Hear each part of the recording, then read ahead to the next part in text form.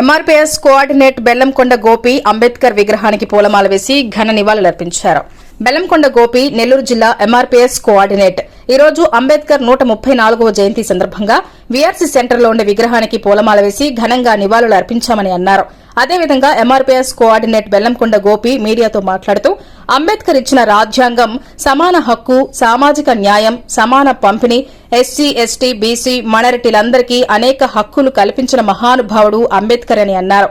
గాంధీ జయంతి August 15కి republic డేకి ప్రభుత్వం మద్యపానం నిషేధించినప్పుడు బాబు జగజీవన్ రావు, జ్యోతిరావు పూలే, డాక్టర్ అంబేద్కర్ జయంతి రోజున మద్యపానం నిషేధించాలని ఈ ప్రభుత్వం డిమాండ్ చేస్తున్నామని అన్నారు. నా పేరు బెల్లంకొండ గోపి మాదిగా. నేను నెల్లూరు జిల్లా ఎంఆర్పీఎస్ కోఆర్డినేటర్ గా మాదిగ రిజర్వేషన్ పోరాట సమితి సందర్భంగా బాధ్యత వహిస్తా ఉన్నా. మరి ఈ రోజు భారతదేశంలోనే పండుగ రోజు.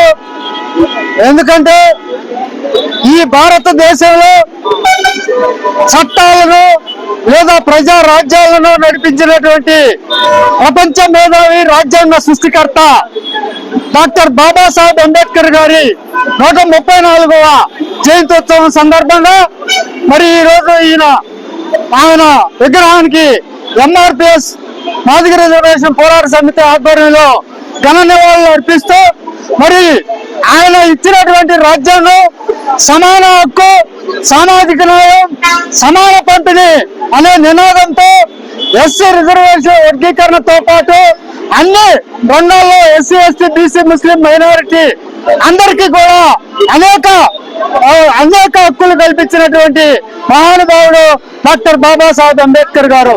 మరి ఈ ప్రపంచ మేధావికి ఈ వేదికగా ఈ ప్రభుత్వాలకి మేము ఒకటే గుర్తు చేస్తున్నాం. మాదిగ రిజర్వేషన్ పోరాట సమితి ఆధ్వర్యంలో మరి గాంధీ జయంతికి ఆగస్టు 15కి రిపబ్లిక్ డే 26కి మద్య నిషేధ పాలన మీరు అమలు పరుస్తున్నప్పుడు మరి బాబు జగజీవన్ రావు లేదా జ్యోతిరావు పూలే జయంతి రోజు లేదా అదేవిధంగా అంబేద్కర్ జయంతి రోజు మద్యపాన నిషేధం ఎందుకు జరపడం లేదు? మేము ఈ ప్రభుత్వాలకి డిమాండ్ చేస్తూ మరి ఈ యొక్క సందర్భాన్ని గుర్తు చేస్తూ ఈ నెల మహానుభావ జయంత్యోత్సవాలు కాబట్టి ఈ నెలంతా ఈ బాబు జగజ్జీవన్ రావు కావచ్చు, లేదా మహాత్మా జ్యోతిరావు పూలే జయంతి కావచ్చు, లేదా అంబేద్కర్ జయంతి రోజులో మద్యపాన నిషేధాలని అమలుపరచాలని మేము డిమాండ్ చేస్తూ మీకు జై భీములు చెప్పుకుంటూ జై.